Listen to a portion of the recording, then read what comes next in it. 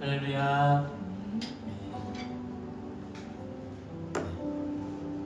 푸른나무 교회 주일 예배 함께 하시는 여러분들을 주님의 이름으로 환영하고 축복합니다.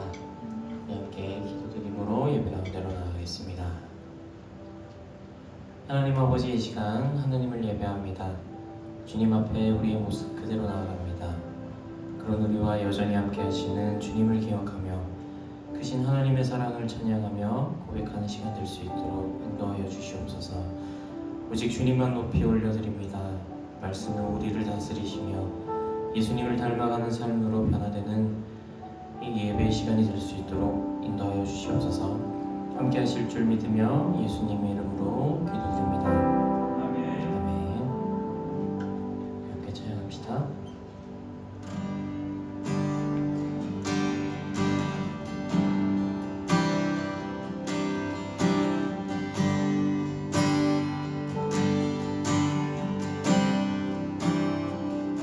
내 영혼이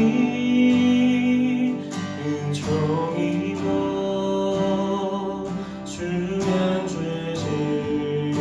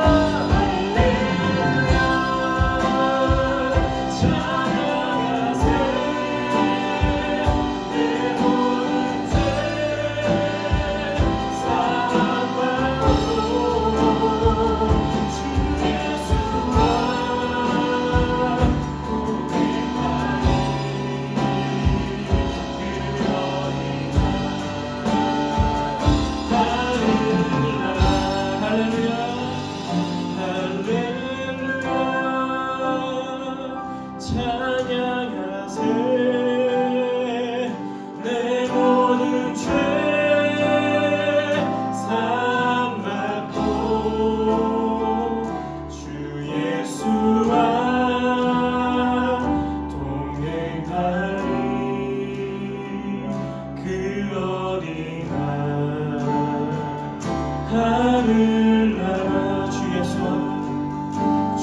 예수와 동행하리 그러리라.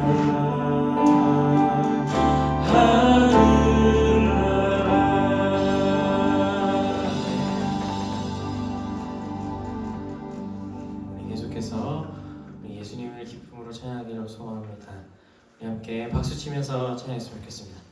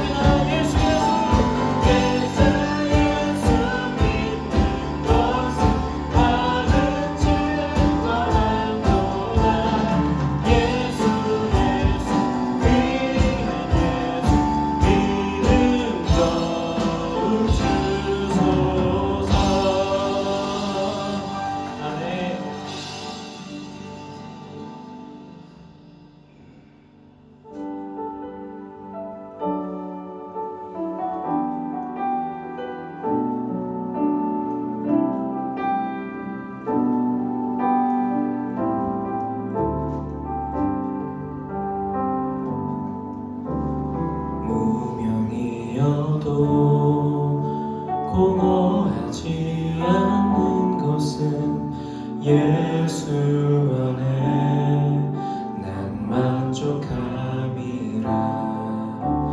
가난하여도 부족하지 않은 것은 예수 안에 오직 나는 부요함.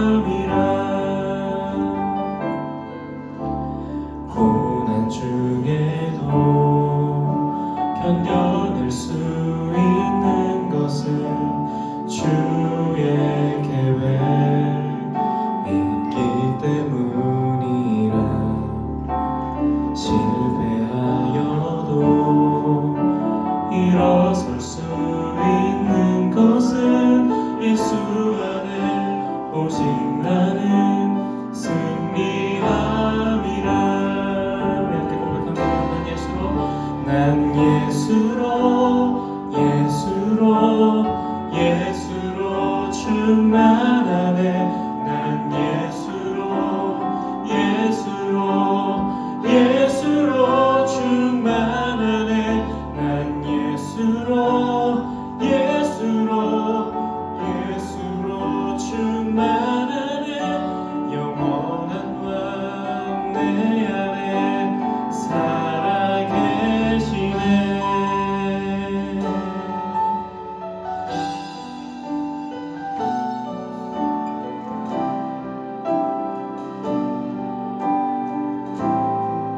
고난 중에도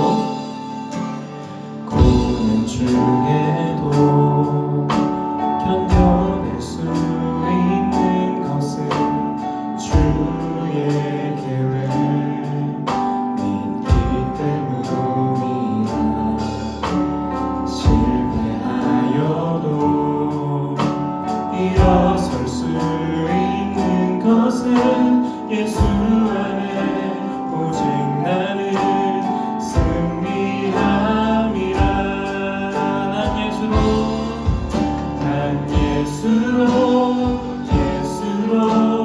예수로 충만하네. 난 예수로 예수로 충만하네. 난 예수로 충만하네. 영원한 왕 내 안에 살아계시네. 난 예수로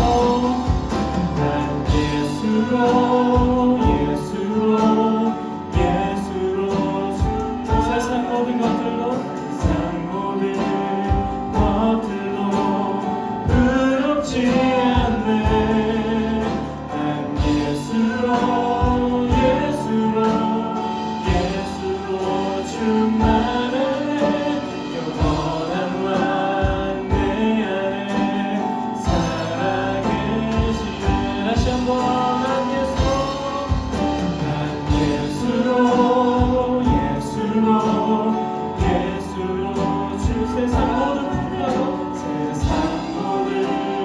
풍파도 두렵지 않네. 난 예수로 충만하네. 영원한 왕 내 안에 살아계시네. 우리 목소리 올려서 난 예수로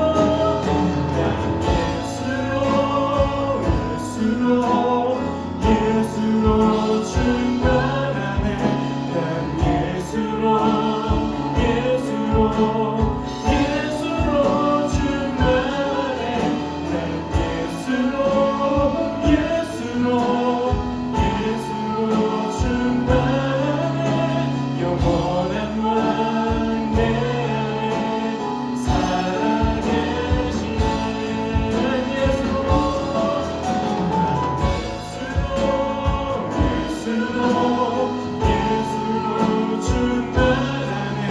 난 예수로 충만하네. 난 예수로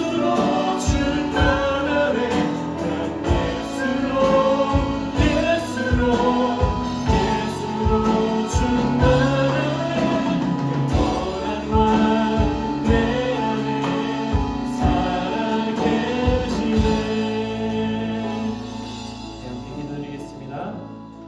우리가 고백했던 찬양의 가사처럼 우리 삶에는 예수 한 분밖에 없음을 다시 한번 고백하게 됩니다. 하나님, 우리가 주님을 바라볼 수 있도록 인도하여 주시옵소서. 내 삶의 소망 되시며 능력 되시는 주님만을 붙들며 나아갑니다. 우리는 부족하나 주님 안에서 우리가 완전하여짐을 믿으며 나아갑니다. 그런 주님만을 의지하며 살아갈 수 있도록 나의 삶을 붙들어 주시옵소서. 이러한 기도 제목으로 함께 주의 이름 부르시며 기도드리겠습니다. 주여,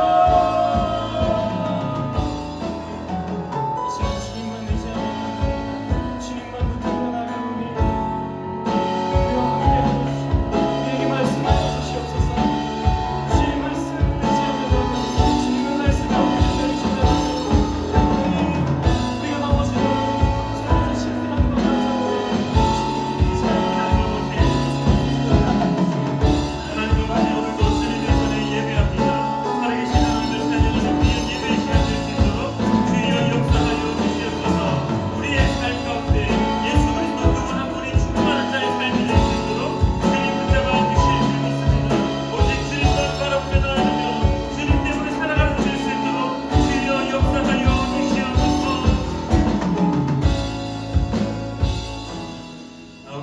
기도하길 소망합니다. 이 시간에 기도하실 때 여러분의 가정을 위하여 함께 기도하겠습니다. 또한 여러분의 기도의 제목을 놓고 주님 나의 삶 가운데 함께하여 주시옵소서. 주님 나의 기도의 제목을 들어주시옵소서. 주님 나의 부르짖음을 들어달라고 이 시간에 다같이 주님 다시 한번 부르짖으며 기도하며 나아가겠습니다.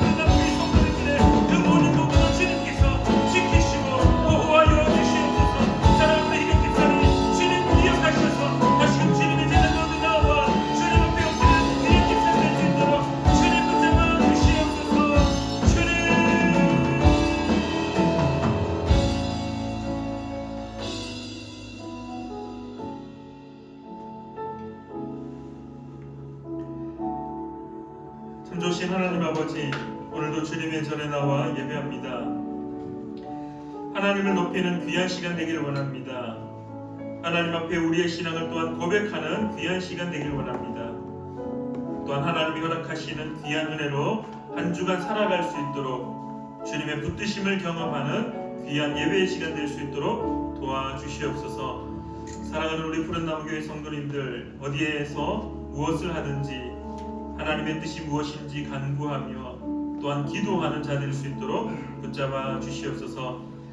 날이 많이 춥습니다. 사랑하는 우리 성도님들 건강을 지켜주시고 또 아픈 자에게 치유함 받는 놀라운 은혜를 허락하셔서 하나님의 전에 나와 다시금 주님의 그 사랑을 고백하는 자 될 수 있도록 붙잡아 주시옵소서. 함께하지 못한 사랑하는 성도님들 주님께서 기억하셔서 그들의 삶 속에서 또한 하나님께 영광 돌리는 그러한 자 되기를, 또한 그러한 자 될 수 있도록 하나님 은혜를 허락하여 주시옵소서. 사랑하는 모든 자들 주님께서 기억하실 줄 믿으며 살아계셔 역사하시는 예수님의 이름으로 기도드립니다. 아멘. 우리 시간 성시교독 시편 138편입니다. 우리 시편 138편으로 우리 함께 성시교독하겠습니다. 내가 전심으로 주께 감사하며 신들 앞에서 주께 찬송하리이다.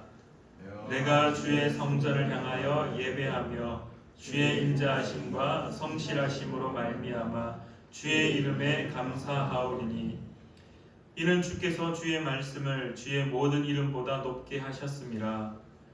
내가 간구하는 날에 주께서 응답하시고 내 영혼에 힘을 주어 나를 강하게 하셨나이다. 여호와여, 세상의 모든 왕들이 주께 감사할 것은 그들이 주의 입의 말씀을 들음이오며 그들이 여호와의 도를 노래할 것은 여호와의 영광이 크심이니이다. 여호와께서는 높이 계셔도 낮은 자를 굽어 살피시며 멀리서도 교만한 자를 아심이니이다. 내가 환난 중에 다닐지라도 주께서 나를 살아나게 하시고 주의 손을 펴사 내 원수들의 분노를 막으시며 주의 오른손이 나를 구원하시리이다. 여호와께서 나를 위하여 보상해 주시리이다. 여호와여, 주의 인자하심이 영원하오니 주의 손으로 지으신 것을 버리지 마옵소서. 아멘. 우리 시간에 사도신경으로 우리의 신앙을 하나님께 고백하겠습니다. 우리 화면을 보시며 함께 한 목소리로 읽으시며 고백하겠습니다. 나는 전능하신 아버지 하나님 천지의 창조주를 믿습니다. 나는 그의 유일하신 아들 우리 주 예수 그리스도를 믿습니다. 그는 성령으로 잉태되어 동정녀 마리아에게서 나시고 본디오 빌라도에게 고난을 받아 십자가에 못 박혀 죽으시고 장사된 지 사흘 만에 죽은 자 가운데서 다시 살아나셨으며 하늘에 오르시어 전능하신 아버지 하나님 우편에 앉아 계시다가 거기로부터 살아있는 자와 죽은 자를 심판하러 오십니다. 나는 성령을 믿으며 거룩한 공교회와 성도의 교제와 죄를 용서받는 것과 몸의 부활과 영생을 믿습니다. 아멘. 우리 찬송가 545장 함께 찬양하겠습니다. 찬송가 545장입니다.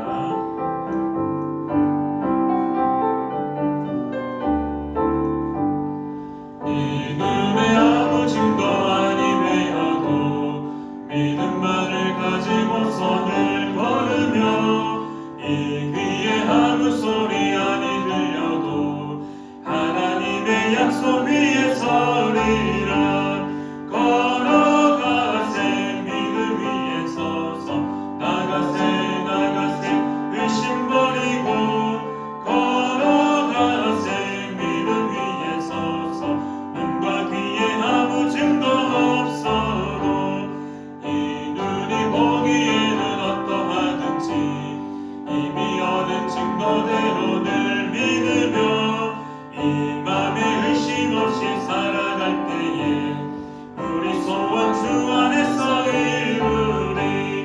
걸어가세 믿음 위에 서서 나가세 의심 버리고 걸어가세 믿음 위에 서서 눈과 귀에 아무 증거 없어도 주님의 거룩함을 두고 맹세한 주 하나님 아버지는 참 믿구나. 그 귀한 모든 약속 믿는 자에게 능치 못할 무슨 일이 있을까. 걸어가세 믿음 위에 서서 나가세 의심 버리고 걸어가세 믿음 위에 서서 눈과 귀에 아무 증거 없어도. 아멘. 우리 시간에 권순영 집사님께서 우리를 대표하여 기도해 주시겠습니다.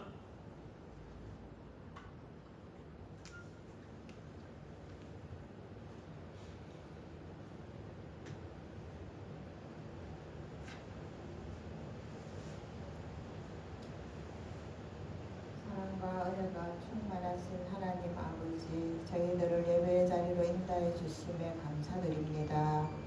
이 시간 주실 말씀으로 인하여 믿음으로 예배드릴 수 있도록 은혜를 베풀어 주옵소서. 세상 유혹과 제약에 물들지 않고 하나님의 선하신 뜻을 이루어가는 삶을 살아가게 하옵소서.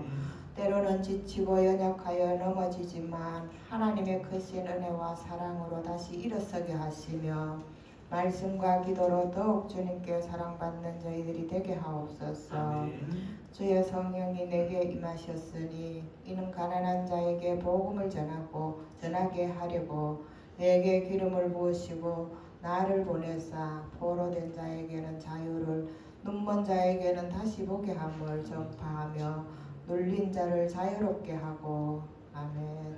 하나님, 눈만 뜨면 근심, 염려, 걱정, 불신으로 가득한 세상입니다.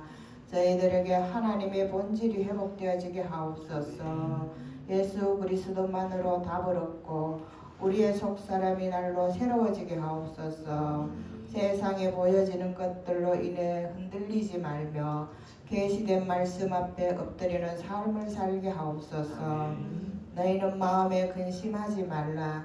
하나님을 믿으니 또 나를 믿으라 하신 주님, 모든 문제 해결자 되신 예수 그리스도만을 바라봅니다.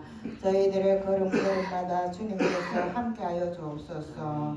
하나님의 무한하신 은혜와 긍휼하심으로 충만케 하옵소서. 하나님, 이 나라와 이 민족을 지켜 주옵소서. 교회들이 다시 일어나 예배가 회복되게 하옵시고 후대들은 예수 그리스도 안에서 믿음으로 강건케 하사 하나님 나라를 세워나가며 맡은 바 사명을 잘 감당하는 반석 같은 믿음 주옵소서. 교회들이 후대를 향한 기도 소리가 끊이지 않게 하소서. 하나님, 우리 푸른 나무 교회를 사랑하시고 지금까지 인도해 주심에 감사드립니다. 세우신 우리 목사님께 성령으로 역사하사 교회와 사역하시는 모든 현장에 하나님의 능력과 사랑으로 충만케 하옵소서. 날마다 예수 그리스도로 새 힘을 얻는 삶이 되게 하옵소서. 지금도 살아 역사하시는 예수 그리스도 이름으로 기도드립니다. 아멘.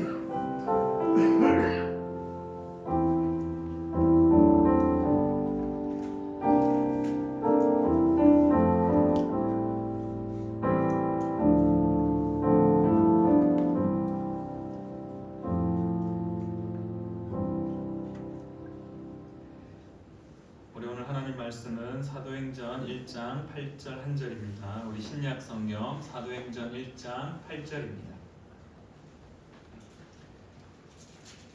신약 성경 186페이지에 있습니다. 사도행전 1장 8절입니다. 우리 함께 한 목소리로 우리 화면을 보시며 함께 읽으시겠습니다.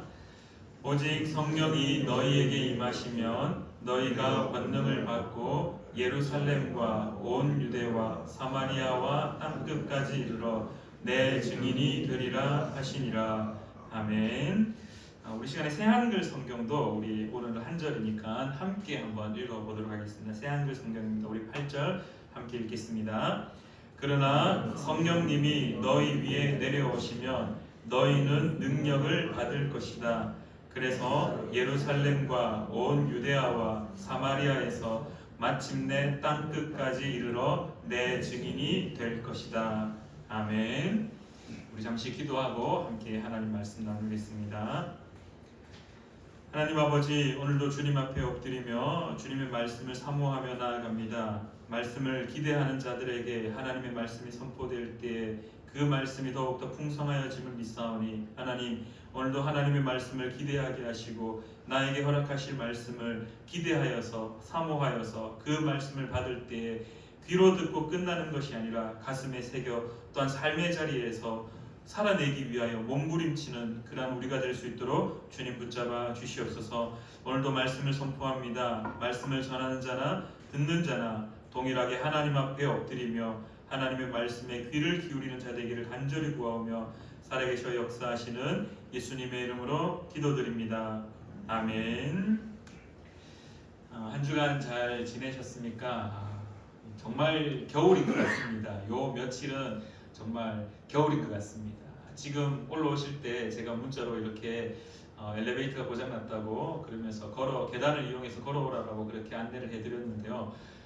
있는 동안에 처음으로 고장인 것 같은데 추위 때문에 고장인 것 같습니다. 제가 아침에 와서 딱 눌렀는데 1층에 엘리베이터가 있는데 눌렀는데도 문도 열리지 않고 그냥 그 자리에서 버튼 불만 깜빡깜빡 거리기만 하고, 그리고 한참 뒤에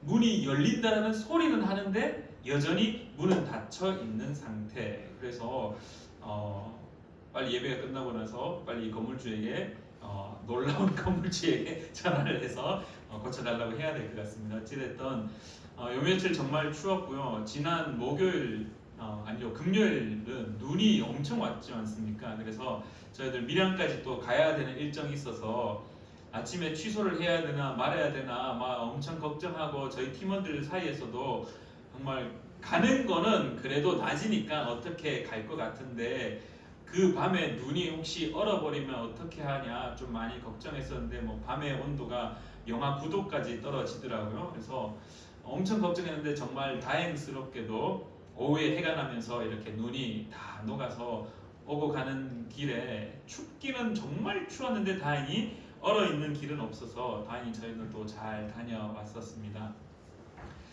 이왕 기도해 주시는 걸 여러분들 주보 보면은 계속해서 안내되어 있습니다. 오늘 저녁에도 또 신천교회 청소년과 청년들 연합 수련회 때 또 말씀을 선포를 합니다. 여러분들이 계속해서 기도해 주셔서 함께 좀 이 사역들이 풍성해질 수 있도록 기도해 주시길 부탁드립니다. 여러분들에게 질문 한 가지 드리면서 또 시작하고자 합니다. 여러분들 혹시 식사하실 때 주여 삼창하고 주여 삼창 하고 이렇게 기도하고 식사하시는 분 혹시 계신가요? 혹시 주여 삼창 이렇게 주여 막 목이 터져라 기도하고 식사하시는 분 계신가요? 그러면은 여러분들 혹시 식사하실 때 기도 하시죠? 어떻습니까? 기도하고 식사하시나요?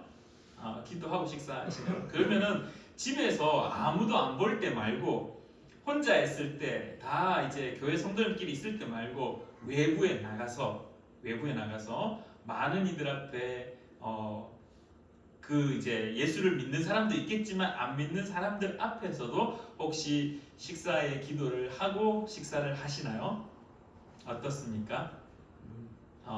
뭐 해야 되는 뭐 당연히 이렇게 마음에 알고 있고 이제 기억하고 있고 생각나지만은 혹시 당당하게 그렇게 기도하고 식사하시나요?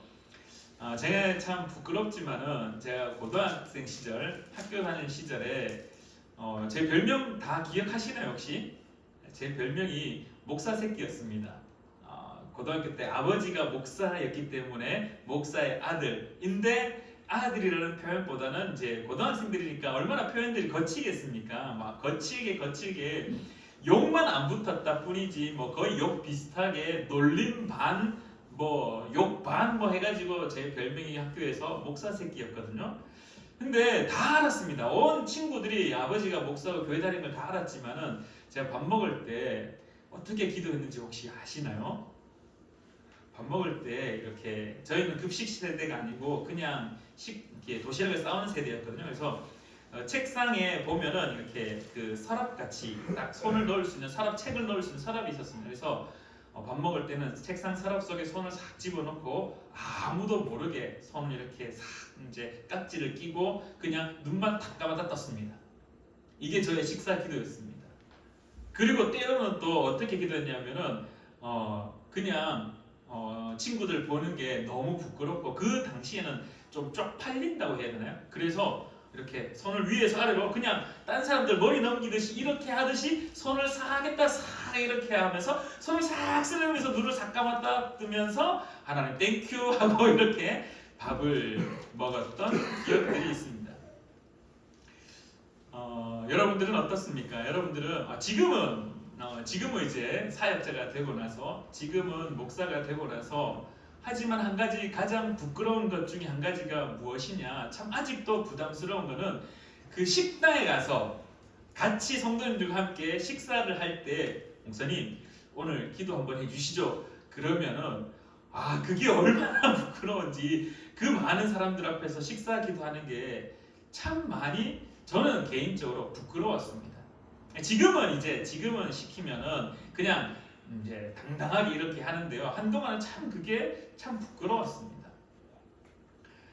여러분들에게 다시 한번 질문해 보겠습니다. 여러분들 주변의 사람들이 여러분이 예수쟁이라는 것을 다 알고 계십니까? 여러분들이 예수를 믿는다라는 것, 예수를 그리스도로 고백한다는 것, 여러분들이 예수님을 사랑한다는 그 사실을 여러분의 주변의 사람들, 그 믿는 사람들 말고, 교회 다니는 사람들 말고, 그냥 나의 직장 생활 가운데 내가 살아가고 있는 그 상황들, 환경들, 그 삶의 모든 터전 가운데 반경에 있는 사람들, 소위 말해 나의 이 나와바리에 있는 사람들이 내가 예수를 믿는다는 사실을 다 알고 계십니까? 어떻습니까? 오늘 제가 여러분들과 함께 좀 고민을 해보고자 하는 부분이 오늘 사도행전 1장 8절 말씀입니다. 제가 오늘 이 본문 말씀이 오늘 저녁에 신천교회 청소년들과 청년들과 함께 나눌 본문 말씀의 본문입니다. 제목이기도 하고요. 이제 주제를 던져주면서 저한테 요청을 했습니다. 목사님, 하나님의 임재에 대한 말씀을 좀 듣고 싶습니다. 임재에 대한 은혜를 좀 나누고 싶습니다. 하나님의 임재, 성령님께서 임재하실 때 어떤 일들이 일어나는지도 알고 싶습니다라는 이야기들을 참 많이 이야기하며 그 주제를 가지고 고민하면서 함께 계속 말씀을 준비하면서 이 말씀을 우리 성도님들과 함께 좀 나누고 다시 그들과 함께 나누는 것도 참 좋겠다 싶어서 함께 이 말씀을 좀 나누고자 하는데요. 제가 제일 먼저 이렇게 나누었습니다. 여러분들이 예수쟁이라는 사실, 예수를 그리스도로 고백한다는 사실을 주변에 있는 모든 사람들이 다 알고 있냐라는 질문. 그것과 오늘 본문 말씀에 나와 있는 오직 성령이 너희에게 임하시면 너희가 권능을 받고, 그래서 말씀의 제목이 너희가 권능을 받고라고 말씀의 제목을 나누었습니다. 그리고 오늘 저녁에 그들과 함께 나누어야 될 말씀의 제목이 임재라는 제목을 가지고 함께 또 나눌 건데요. 이게 어떤 상관관계가 있냐라는 것. 이게 어떤 상관관계가 있냐. 오늘 본문 말씀에 예수님이 마지막 제자들에게 이렇게 이야기합니다. 오직 성령이 너희에게 임하시면 너희가 권능을 받고 예루살렘과 온 유대와 사마리아와 땅 끝까지 이르러 내 증인이 되리라 하시니라. 그래서 예수님이 부활하셔서 승천하신 다음에 성령님이 곧 올 건데, 그 성령님이 오시면 너희들이 권능, 오늘 새한글 성경에서는 능력, 그리고 이 헬라어에서는 듀나미스, 이 듀나미스가 결국 어떤 말로 바뀌어지냐면은 다이너마이트, 이 폭탄, 이 파워, 영어에서도 파워로 그렇게 번역되어 있는데요. 어떤 능력이 우리 가운데 우리가 받게 된다라고 성경은 이야기합니다. 근데 능력을 받는다라고 이야기할 때 우리에게 있어서 가장 많이 머릿속에 떠오르는 이미지가 하나 있습니다. 여러분들 성령님이 오시면 권능을 받고 할 때, 능력을 받고 할 때, 파워가 임한다고 했을 때 머릿속에 딱 떠오르는 이미지는 어떤 겁니까? 어떤 이미지가 머릿속에 제일 먼저 떠오르십니까? 아마도 고린도전서 12장 4절부터 11절 말씀이 떠오를 겁니다. 그 중에 10절 말씀이 이렇게 이야기합니다. 어떤 사람에게는 능력 행함을, 어떤 사람에게는 예언함을, 어떤 사람에게는 영들 분별함을, 다른 사람에게는 각종 방언 말함을, 어떤 사람에게는 방언들 통역함을 주시나니. 그래서 성령이 임하셨을 때 우리에게 있어서 가장 제일 먼저 떠오르는 이미지, 권능을 받았다의 그 떠오르는 이미지는 무엇이냐 하면은 은사로 많이들 이야기를 합니다. 뭐 틀린 말은 아닙니다. 성령을 받으면은 성령께서 역사하시는 그 현상 중에 성령의 은사들이 각양각색으로 등장하고 나타난다라고 그렇게 이야기합니다. 그러면서 바울 사도는 또한 고린도전서 7절 말씀에 각 사람에게 유익을 위하여 성령께서 은사들을 주신다라고 그렇게 말씀하고 있습니다. 이 말씀 때문인지 많은 사람들이 성령이 오시면은 권능을 받는다, 능력을 받는다, 파워가 생긴다, 듀나미스, 다이너마이트와 같은 어떤 이 파워, 그리스도의 파워가 생긴다고 했을 때 그 모든 지점에 이미지 속에 무엇이 나타나냐 하면은 은사가 나타납니다. 그래서 성령님이 오시면은 성령님의 충만함을 체험을 하게 되면은 방언하는 것, 예언하는 것, 병 고치는 것, 지식의 은사들, 말씀의 은사들, 영분별하는 것들, 막 독특한 각양각색의 은사들이 막 드러난다라고 이야기를 주로 합니다. 틀린 말은 아니지만은 맞는 말이지만은 오늘 제가 여러분들과 나누고 싶은 포인트는 여기에 있지 않습니다.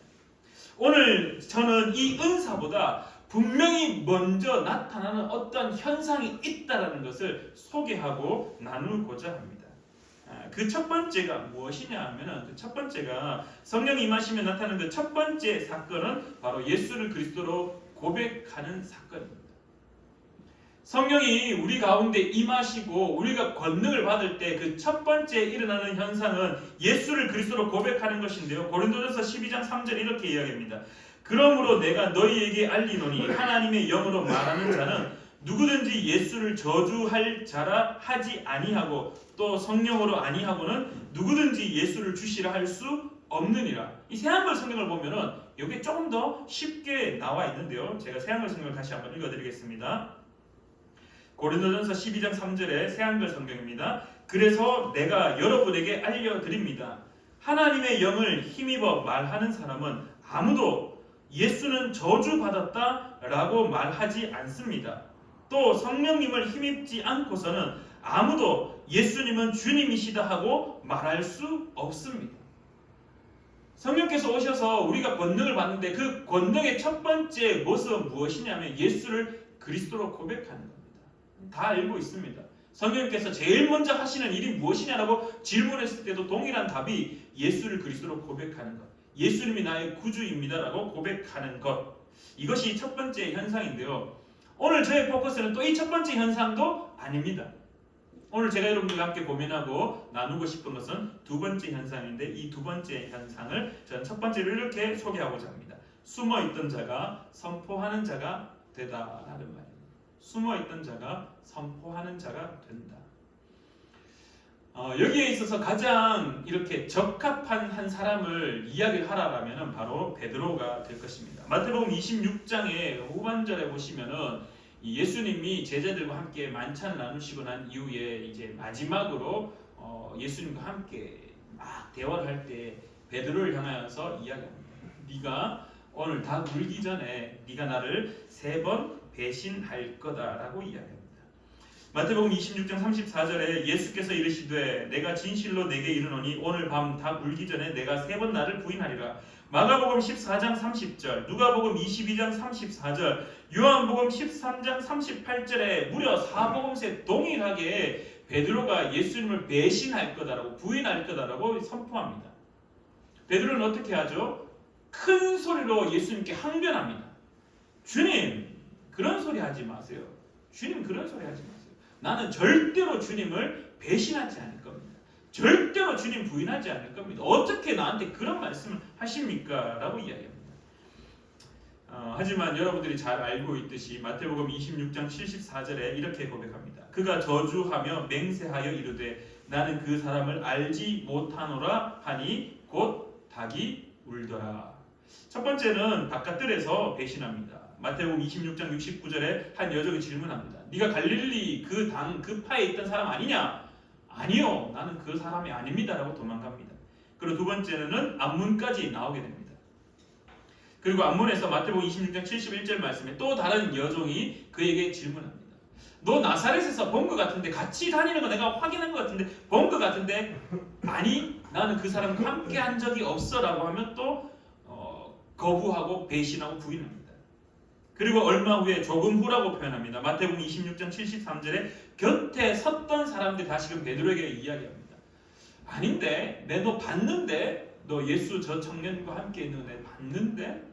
라고 할 때 이제 우리가 알고 있는 금방 읽었던 본문 말씀 74절 말씀처럼 아니다라고 이야기하며 그가 저주하며 맹세하여 이르되 나는 그 사람을 알지 못한다라고 이야기합니다.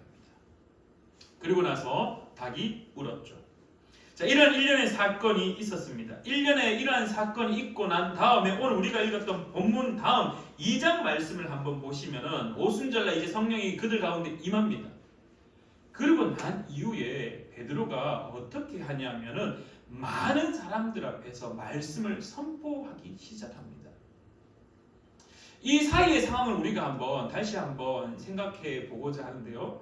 예수님을 배신했습니다. 예수님을 3번씩이나 배신하고 난 이후에 예수님이 십자가에 죽으시고 그리고 부활하셔서 다시 베드로를 만납니다. 그리고 베드로를 만난 다음에 예수님이 베드로와 함께 이야기하고 3번의 회복의 시간을 가지고 나서 난 이후에 오늘 우리가 읽었던 본문 말씀 마가의 다락방에 모여서 기도하기를 원하는 것, 성령이 오실 때까지 너희들이 모여서 함께 기도하라고 말씀하시며 승천하십니다. 그리고 난 다음에 상황이 그 주변의 상황을 우리가 쉽게 생각을 해 보아야 됩니다. 너무 이 상황을 베드로가 많은 사람들 앞에서 당당하게 설교하는 것이 너무나 당연한 것처럼 보여지지만 그 당시의 상황을 우리는 한번 생각해 본다라면 그렇지 않습니다. 마태복음 28장 11절부터 15절 말씀이 우리에게 주는 힌트가 한 가지 있습니다. 예수님이 십자가에 못 박히셨습니다. 그리고 난 다음에 이 돌무덤을 지키던 이 병사들, 경비병들이 이 대제사장에게 달려갑니다. 막 달려가서 무엇을 말하느냐면은 놀라운 일이 일어났다. 무덤이 열리고 그 속에 죽어있던 그 시신이었던 예수님이 부활했다. 갑자기 놀라운 일이 일어났다라고 대제사장에게 이야기를 합니다. 보고를 하시는 거죠. 근데 보고한 다음에 그것을 들었던 대제사장들이 장로들을 부릅니다. 장로를 불러서 회의합니다. 회의의 결과는 무엇이냐? 경비병들에게 돈을 많이 주었다라고 성경은 말합니다. 많이 주면서 돈을 손에 쥐어주면서 너희들이 지금까지 보았던 것, 들었던 것 함구해라. 절대로 말하지 말아라. 그리고 너 입으로 말해야 될 것이 한 가지 있는데 너희들이 밤에 그 무덤 앞에 지키고 있을 때에 잠시 쉬는 동안에, 잠시 조는 동안에 그의 제자들이 와서 그 시신, 예수의 시신을 들고 도망갔다라고 너희들이 소문내라. 누가 너희들에게 이야기하고 질문하면은 예수의 추종자들이, 예수의 제자들이 밤에 몰래 와서 그의 시신을 들고 도망갔다라고 이야기하여라. 그렇게 말합니다. 그의 제자들이 밤에 와서 우리가 잘 때 그를 도둑질하여 갔다 하라. 그리고 난 이후에 성경은 무엇이라고 기록하냐면은 그 사건이 또한 어떻게 남겨졌냐면은 그들이 소문을 퍼뜨린 대로 유대 땅에 다 퍼졌다라고 성경은 말하고 있습니다.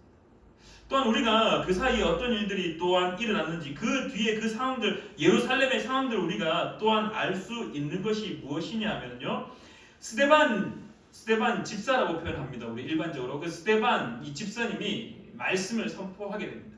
그때 당시 어떤 일이 일어납니까? 많은 유대인들이 예수의 추종자라는 이유로 결국 죽이게 됩니다. 돌을 던져 쳐 죽이게 됩니다.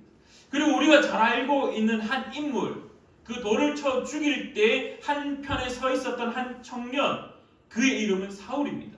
사울이 다메섹으로 왜 갔습니까? 어떤 일을 하려고 갔습니까? 예수를 그리스도로 고백하는 자들을 다 잡아 죽이려고 가던 자였습니다. 쉽게 말해 당시의 상황이 어떻냐 하면은 예수를 그리스도로 고백하는 것이 쉬운 일이 아니었다는 거죠. 그것을 공공연하게 드러내는 일이 쉽지 않은 일이었다는 거죠. 그런 일을 말하는 순간, 그런 일이 일어나는 순간 장로들과 대제사장이 어떻게 했을까라고 질문한다라면은 사울과 같은 열심당 애들을 보내어서 야, 다 감옥에 가둬라. 사울이 했던 일이 그거 아닙니까? 예수를 그리스도라고 말하는 사람들, 예수를 추종자라고 이야기하고 그를 따르는 사람들, 그를 믿는 사람들을 한 사람도 빠짐없이 모두 다 옥에 가두기 위하여서 열심을 내었던 청년이 사울이었습니다. 자, 이러한 상황들, 그러니까 예루살렘에서 예수가 그리스도입니다라고 말하는 것이 당연한 일이 아니라 너무나 위험한 상황이었다는 겁니다. 위험한 상황. 베드로뿐만 아니라 예수님의 제자들도 예수님이 부활하고 난 이후에 어떻게 합니까? 각기 자기의 마을로 다 떠나가 버립니다. 왜냐하면은 스승이 죽었다는 이유도 있겠죠. 예수님이 죽었다는 이유도 있겠죠. 그러나 또 다른 한편으로 예수를 그리스도로 고백하는 것이 이제는 두려움의 시간들이 되었다라는 겁니다. 그래서 이 베드로가 오늘 이렇게 많은 사람들 앞에 오순절날 성령 임하고 난 이후에 설교를 할 수 있었던 이유가 무엇이냐라고 질문한다면은 첫 번째 가장 큰 답은 성령이 오셨다라는 가장 큰 이유입니다. 근데 그것을 좀 더 확장시켜서 도대체 성령이 오셨을 때 그들이 받았던 권능이 무엇이냐라고 질문한다라면요, 단 한마디로 표현한다라면은 공식화, 또 다른 말로 하면은 공개라는 겁니다. 공개. 많은 사람들 앞에서 내가 예수를 믿는다라는 사실을 숨기는 것이 아니라 공개하는 것. 부끄럽고 쪽팔리고 두려운 것을 뛰어넘어서 모든 사람들 앞에 내가 예수님을 믿는 사람이라고 공식적으로 선언하고 공개적으로 선포하는 것이 바로 성령이 임하셨을 때 받는 권능의 첫 번째 모습이다라는 겁니다. 여러분들이, 제가 앞서 질문을 드렸습니다. 여러분들에게 예수를 믿는다는 사실, 예수를 그리스도로 고백한다는 사실을 주변에 많은 사람들이 다 알고 있습니까? 라고 질문했을 때 명확하게 주어져야 되는 답은 예스여야 됩니다. 예스여야 됩니다. 내가 예수를 그리스도로 고백한다는 사실이 공공연하게 주변의 사람들, 나와 친구인 사람들, 나와 함께 관계를 맺고 있는 사람들이 다 알아야 된다는 겁니다. 왜? 그것이 성령이 임하셨을 때 나타나는 첫 번째 모습, 권능을 받았을 때 그 권능, 그 파워, 그 듀나미스가 무엇이냐라고 질문한다라면은 내 속에 숨겨뒀던, 나만 예수를 믿는다라고 꼭꼭 숨겨두었던 이 신앙의 모습들이 모든 사람들 앞에 만천하 가운데 공개되는 것, 공식적으로 떠벌려지는 것, 떠벌려질지라도 두려움이 없는 것. 베드로 사도가 많은 사람들 앞에 설교합니다. 설교했을 때 그의 마음이 어떠했을까라고 질문해 본다면요, 첫 번째 마음은 강력한 파워를 가지고 있었을 겁니다. 왜? 성령 임했기 때문에. 성령 임해서 권능을 받았기 때문에 내가 예수를 그리스도로 고백한다는 이 사실이 이제는 숨기는 것이 아니라 드러내어도 아무 문제가 안 된다라는 그 당당함이 나타났을 겁니다. 두 번째는 뭐냐? 저 한쪽 편에는 두려운 마음이 여전히 함께 있었을 겁니다. 여러분들 베드로가 2장 말씀에 설교를 합니다. 선포합니다. 그리고 첫 번째 회중들의 반응이 무엇이냐 하면은 사도님, 베드로님, 우리가 어떻게 해야 됩니까? 어떻게 해야 됩니까? 그래서 그들에게 이야기합니다. 너희의 죄를 회개하고 세례를 받아서 예수를 그리스도로 고백하는 그리스도인의 삶을 살아라라고 선포합니다. 근데 반대로 또 다른 한 무리는 어떻게 이야기하냐면은 이를 갈았습니다. 이를 갈았습니다. 왜 이를 갈았겠습니까? 왜 이를 갈았겠습니까? 같은 동족이었던 유대인들이 왜 이를 갈면서 그를 향하여 죽이려고 도모하였겠습니까? 결국은 예수를 그리스도로 공식적으로 고백하는 저 상황이 그들 눈에는 못마땅한 거죠. 왜? 예수가 그리스도라고 선포되어서는 안 되는 시대였고 안 되는 소문들이 파다했고 제사장과 장로들이 그 소문을 말하는 순간 다 옥에 가둬버리는 그런 공포가 그들의 삶 속에 자리 잡고 있었는데 당당하게 베드로가 예수가 그리스도입니다. 예수가 그리스도입니다라고 선언하고 있으니 그래서 여러분들 오늘 우리에게 성령 임하시고 우리가 권능을 받았다 할 때 그 권능은 무엇으로 대표되냐 하면요 당당함입니다. 하나님의 영이 우리 가운데 임재하였을 때 나타나는 그 권능은요 무엇으로 나타나냐 하면은 내가 그리스도라는 사실을 숨기는 것이 아니라 세상 가운데 당당함으로 드러내는 것입니다. 예수님이 세례를 받으셨을 때 혹시 기억하시죠? 우리가 지난번에 말씀 나누었습니다. 예수님이 세례 받았을 때 어떻게 됐습니까? 하늘이 열리고 성령이 비둘기같이 그의 위에 임하시고 그리고 하늘로부터 소리가 있었습니다. 이는 내 사랑하고 내 기뻐한 나의 아들이라는 소리가 모든 세상 가운데 선언되고 선포되었습니다. 근데 여러분들 잘 한번 생각해 보십시오. 예수님의 공적 사역이 언제부터 시작되었냐라고 질문하면요 예수님이 세례를 받고 난 이후부터라는 겁니다. 예수님이 세례 받았을 때 나타난 현상은 무엇이었냐? 성령이 그의 머리 가운데 그의 가운데 임하였다라는 것입니다. 성령이 임하셨을 때 어떻게 되느냐? 예수님의 사역이 공적 사역으로 드러나기 시작했다라는 것입니다. 자, 여러분들 이제 여러분들이 함께 또한 기억해야 될 한 인물을 다시 한번 더 소개하고자 합니다. 오늘 다니엘이라는 인물을 여러분들에게 소개하고자 하는데요. 다니엘서 1장 8절 우리가 너무나 잘 알고 있는 말씀입니다. 뜻을 정하여라는 말씀. 뜻을 정하여 왕이 먹는 음식, 그가 마시는 포도주로 어떻게 자기를 더럽히지 않겠노라라고 하면 누구에게 도움을 요청하냐면 환관장에게 이야기합니다. 여러분들 이 다니엘이요 환관장에게 왕이 마시는 음식, 왕이 먹는 음식, 그가 마시는 포도주 나 그거 먹지 않겠습니다 라고 자기 스스로 내적으로 자기 혼자서 결심하고 결단하고 행동한 것이 아니었습니다. 어떻게 했냐면 환관장에게 구합니다. 환관장. 여러분들 환관장은 어떤 사람입니까? 환관장이 어떤 사람입니까? 쉽게 말하면 왕의 업무를 담당하던 내시와 같은 사람, 왕의 비서와 같은 사람. 그러니까 느부갓네살 왕이 선언하고 선포하는 그 모든 것들을 주변 사람들에게 지시하고 가르치고 하던 왕의 직속 부하 같은 사람. 그러면은 누구를 신봉하는 사람입니까? 물론 민족적으로는 유대인일 가능성도 있습니다. 노예들이 그런 일들을 했기 때문에. 하지만 환관장이라는 그 직업을, 직장을, 그것을 소개하고 기록에 남겼다는 것은 환관장은 왕을 열심히 돕는 사람, 왕이 하던 모든 일들을 그대로 받아서 그것을 따르도록 지시하는 사람. 다니엘이 그 사람에게 도움을 요청합니다. 다니엘이 지금 쉽게 했을 것 같습니까? 환관장은요 느부갓네살 왕에게 충성하던 사람입니다. 느부갓네살 왕은요 하나님을 믿는 사람이 아닙니다. 마르둑이라는 신을 섬기는 사람들입니다. 이 느부갓네살 바벨론의 왕을 섬기는 이 사람이 존재하고 있고 그 갈대 학문들을 모든 사람들에게 가르치고 그것을 언어를 가르치려고 그것이 팽배한 시대 속에 다니엘이 무엇을 했냐? 뜻을 정하여서 하나님 내가 우상이 먹는 음식들, 우상이 마시는 포도주 그것으로 나를 더럽히지 않겠습니다. 나는 주님만을 의지하는 사람이 되기를 원합니다라고 스스로 결정하고 결단하고 나서 그것을 그냥 스스로 혼자만 가지고 있었느냐라고 질문한다면 성경은 그렇게 말하지 않습니다. 환관장에게 도움을 구합니다. 이 말을 했을 때 다니엘이 목숨이 간당간당했지 않았을까요? 네가 감히 노예로 잡혀온 네가 감히 무엇인데 나에게 이것을 요청하느냐? 너가 믿는 그 신을 믿겠다라고 어떻게 감히 나한테 요청하는, 나한테 도와달라고 말하느냐?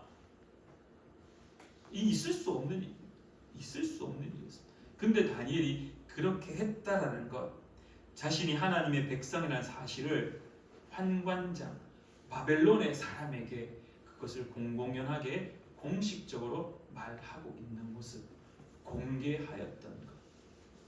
아마도 그 말을 할 때 다니엘은 우리가 잘 알고 있는 한 말이 떠오르죠. 죽으면 죽으리라라는 그러한 각오와 같은 마음으로 환관장이 나를 죽일 수도 있겠지만은 그러나 나에게 있는 이 하나님을 믿는 이 믿음, 권능, 성령님 임하셨을 때 나타나는 그 임재함 속에 나타나는 첫 번째 은혜, 나의 신앙을 공식적으로 모든 사람들 앞에 공개하는 것. 결국 그 다음에 9절 말씀이 어떻게 되냐면 하나님께서 환관장에게 그 은혜를 베풀고 다니엘이 그것으로 자기를 더럽히지 않는 놀라운 은혜가 그의 삶 가운데 일어납니다. 또한 한 가지 더 있습니다. 자신의 정체성을 숨겨야만 했던 그러한 시대 속에 다니엘이 자신의 신앙을 숨기지 않고 그 어린 다니엘이 그 환관장에 구해겠던 그 신앙이 어떻게 되었느냐라고 질문하면요. 다니엘서 6장 10절 말씀에 이렇게 이야기합니다. 다니엘이 이 조서에 왕의 도장이 찍힌 것을 알고도 자기 집에 돌아가서는 윗방에 올라가 예루살렘으로 향한 창문을 열고 전에 하던 대로 하루 3번씩 무릎을 꿇고 기도하며 그의 하나님께 감사하였더라. 아멘. 무슨 말입니까? 여전히 그는 자신의 신앙의 정체성을 숨기지 않았다라는 겁니다. 다리오 왕이 조서를 내렸습니다. 나에게 모두 다 절해라. 나 외에는 절하는 인간, 내 말고 다른 것에 절하는 인간 내가 다 잡아서 사자굴에 다 집어넣어버리겠다. 그러한 조서가 내려왔습니다. 근데 다니엘이 어떻게 했느냐? 죽음이라는 공포 앞에, 자기가 죽을 수 있다는 그 공포 앞에 다니엘은요 여전히 자신의 신앙을 드러내었다는 거예요. 어떻게? 우리가 주목해야 될 부분은 바로 창문을 열었다는 거예요. 혼자서 꼭꼭 숨고 할 수 있죠.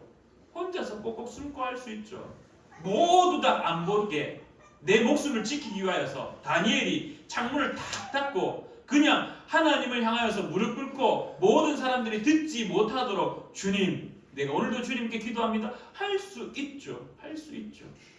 근데 오늘 성경은 우리에게 무엇을 가르치냐면 성령이 너희에게 임하시면 너희가 권능을 받는데 그 권능 받은 자의 모습이 무엇이냐 다 공개하는 거예요.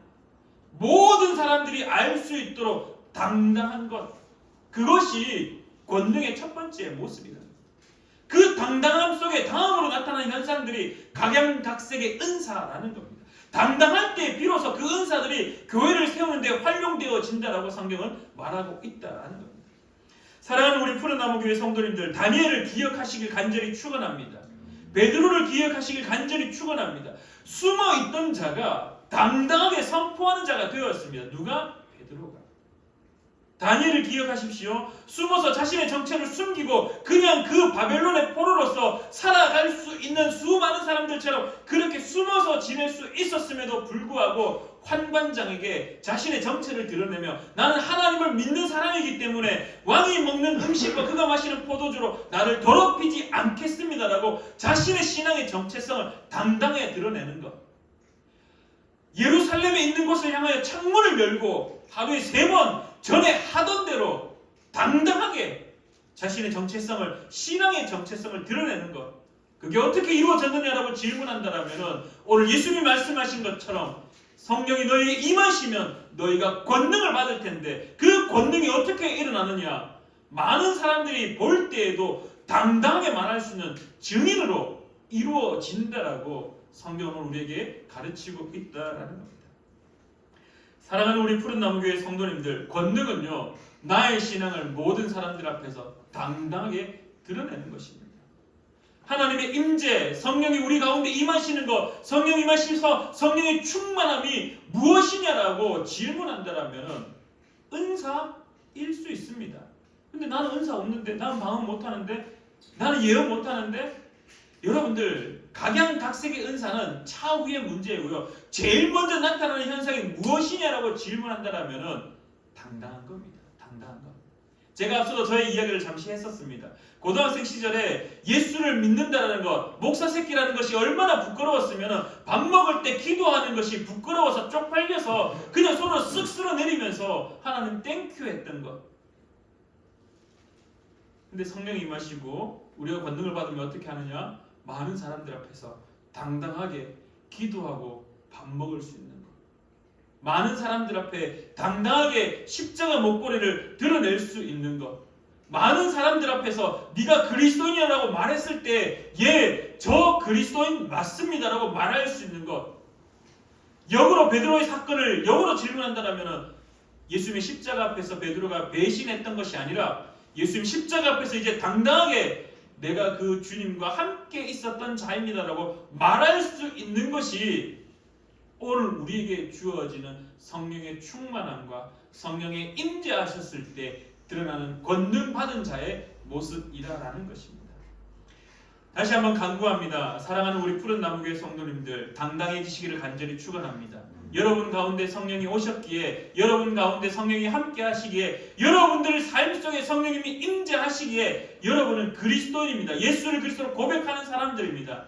근데 더욱더 중요한 것은 나 혼자 숨어서 믿는 자가 아니라 많은 사람들 앞에서 공식적으로 나는 예수를 믿는 사람들이라고 고백하는 그러한 자 되기를, 그러한 은혜가 더욱더 넘쳐나기를 간절히 축원합니다. 기도하겠습니다. 참 좋으신 하나님 아버지, 은혜를 진실로 감사드립니다.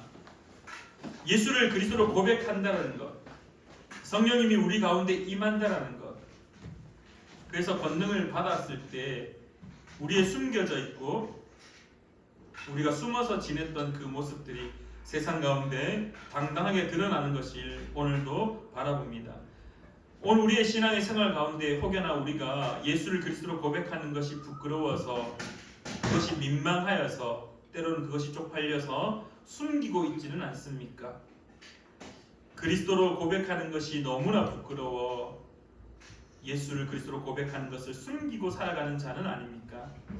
하나님 아버지, 오늘 우리에게 다시 한번 성령이 임하셔서 우리가 권능을 받아 세상 가운데 예수를 그리스도로 고백하는 것이 당당한 자의 삶이 될 수 있도록 주님 붙잡아 주시옵소서. 주님께서 우리에게 당당한 그 권능을 주실 줄 믿으며 예수님의 이름으로 기도드립니다. 아멘. 우리 시간에 선한 능력으로 찬양하시며 준비한 예물 하나님께 올려드리겠습니다.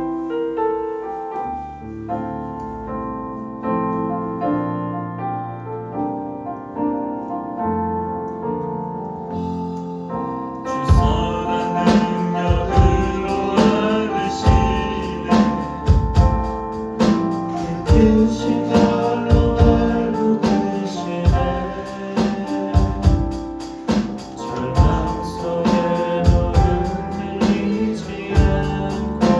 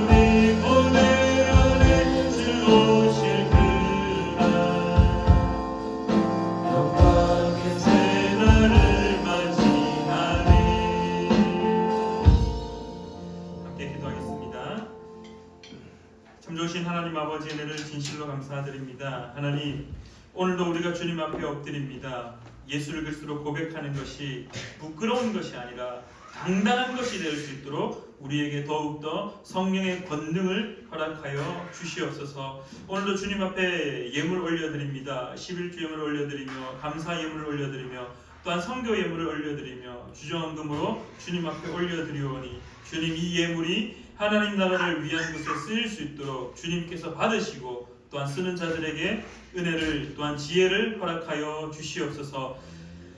사랑하는 우리 푸른 나무교회 모든 성도님들의 삶 가운데 물질로 인하여 힘들지 않도록 주님 일용할 양식을 허락하시고 만나의 은혜를 허락하여 주시옵소서. 또한 하나님 아버지, 아픈 자들 가운데 하나님께서 치유의 은혜를 허락하셔서 회복되어서 다시금 주님 앞에 나와 예배할 수 있도록 귀한 은혜 또한 주님 붙잡아 주시옵소서. 매일매일의 삶 속에 하나님의 은혜에 감사하는 자 되기를 간절히 구하오며 또한 사랑하는 조창현 목사님과 사랑하는 권호영 목사님, 그들의 선교 사역 가운데에도 늘 함께하여 주시옵소서. 이제는 우리 주 예수 그리스도의 크신 은혜와 하나님 아버지의 놀라운 사랑하심과 성령 하나님의 교통하심이 오늘 예배를 드리는 사랑하는 우리 푸른 나무교회 모든 성도들의 그 삶 속에 이제로부터 영원히 함께 하시기를 간절히 축원하옵나이다. 아멘.